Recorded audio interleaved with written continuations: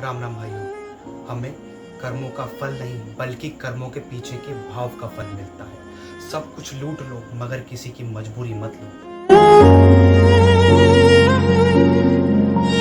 Lockdown का पता चलते ही हम 3 रुपए का नींबू 20 में बेचने लगते हैं, 25 रुपए की प्याज 100 में बेचते हैं, 30 रुपए का परवल 150 में बेचते हैं। मरीज को जब एम्बुलेंस की जरूरत होती है तो उसे 10 किलोमीटर की डबल ट्रिपल किराया वसूल करते हैं।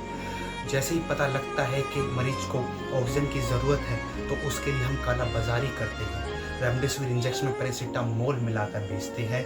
और जब उसको बेड का पता चलता है कि बेड की कमी है तो उससे मन मर्जी का खर्चा वसूल करते हैं। वाकई में दोस्तों कितने मासूम हैं हम। अरे गिद्ध भी जब मरे हुए की लाश को नोच कर अपना पेट भरता है, लेकिन हम तो जिंदा लाशों को नोच कर अपना पेट भर रहे हैं।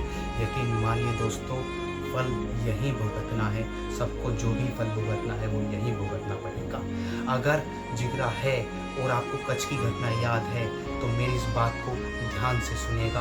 अगर आपके अंदर जिगरा है तो जब कच्छ में भूकंप आया तो एक बहुत सुंदर घर के मलबे के बाहर एक बुजुर्ग बैठकर रो रहा था और उसी के ही सामने उसके पुत्र वधू का शव भी पड़ा था।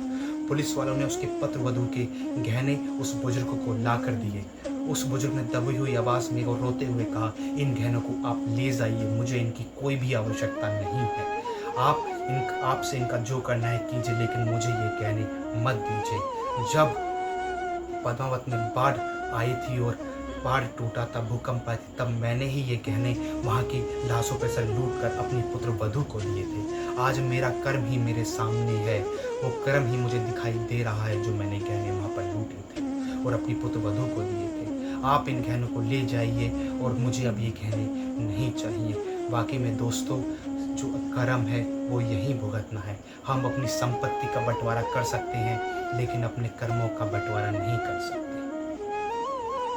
पूरी जिंदगी कर्म की गठरी उठाए घूमत फिरे इंसान, तेरा कर्म तेरे हाथ में यही विधि का विधान। कर्म करे जीवन बने यही जीवन का सार, प्राणी तेरे हाथ में तेरे जीवन का भार। जिस प्रकार एक गाय का बछड़ा हजारों गायों में भी अपनी माँ को पहचान लेता है, उसी प्रकार हमारे कर्म भी हमें ढूंढ ही लेते हैं और कर्मों के भाव से कर्म कोई नहीं बच पाया है। यकीन मानिए दोस्तों, कर्म एक ना एक दिन हमारे सामने आते ज़रूर हैं और इसी जीवन में ही हमको कर्म भुगतने पड़ते हैं। अगर मेरी ये वीडियो आपको अच्छी लगी हो और आप किसी को भी कर्म के भाव का पता कराना चाहते हो, उसकी मानसिकता मनोबल को थोड़ा सा भी चेंज करना चाहते हो, तो ये मेरी वीडियो शेयर ज़रूर कीजिएगा और हाँ, कमेंट के माध्यम से भी मुझको ज़रूर बताइएगा। राम राम।